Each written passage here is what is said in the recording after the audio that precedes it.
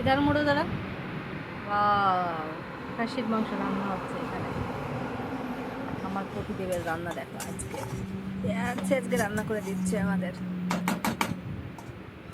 করো করো করো, পত্নী সেবা মানে ভালো কাজ হচ্ছে। ওই বাসে চুলাই দিচ্ছে কেন? মাছ রান্না করলাম। দেখো এনে মুখটা দেখাও, মুখটা দেখাও, একটু মুখটা দেখাও।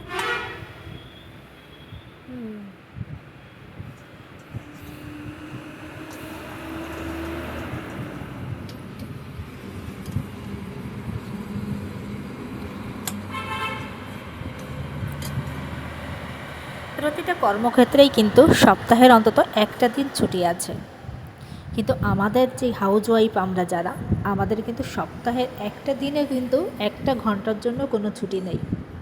সপ্তাহে 7টা দিনে কিন্তু সেই সংসারের কাজ, রান্না বান্না আমাদের করতেই হবে। কার ভালো লাগে বলো? ভালো তো কারোরই লাগে না। কিন্তু একটা দিন যদি আমরা একটু ছুটি পাই, একটা দিন যদি কেউ আমাদের রান্নাটা, আমাদের কাজগুলো করে দেয়, তাহলে কতই না ভালো লাগে বলো।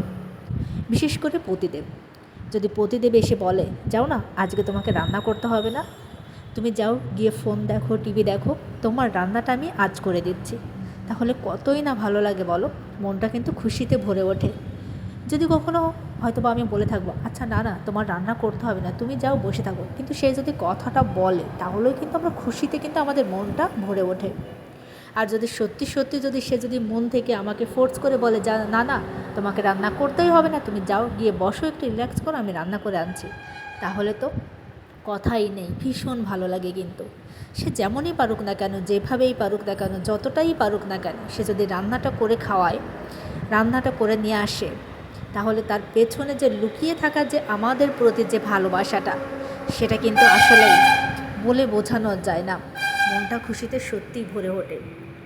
জানি না স্বাদটা কতটুকু হবে, কিন্তু তার পেছনে লুকিয়ে থাকা যে ভালোবাসার স্বাদটা, সেটা কিন্তু কোনো পরিমাপ করা যায় না। আর না তার পরিমাপ করার কোনো যন্ত্র পৃথিবীতে আবিষ্কৃত হয়েছে।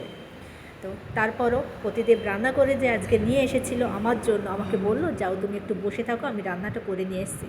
তো পতিদেবের স্পেশাল রান্না ছিল আজকে মাছের ঝোল এবং খাসির মাংস।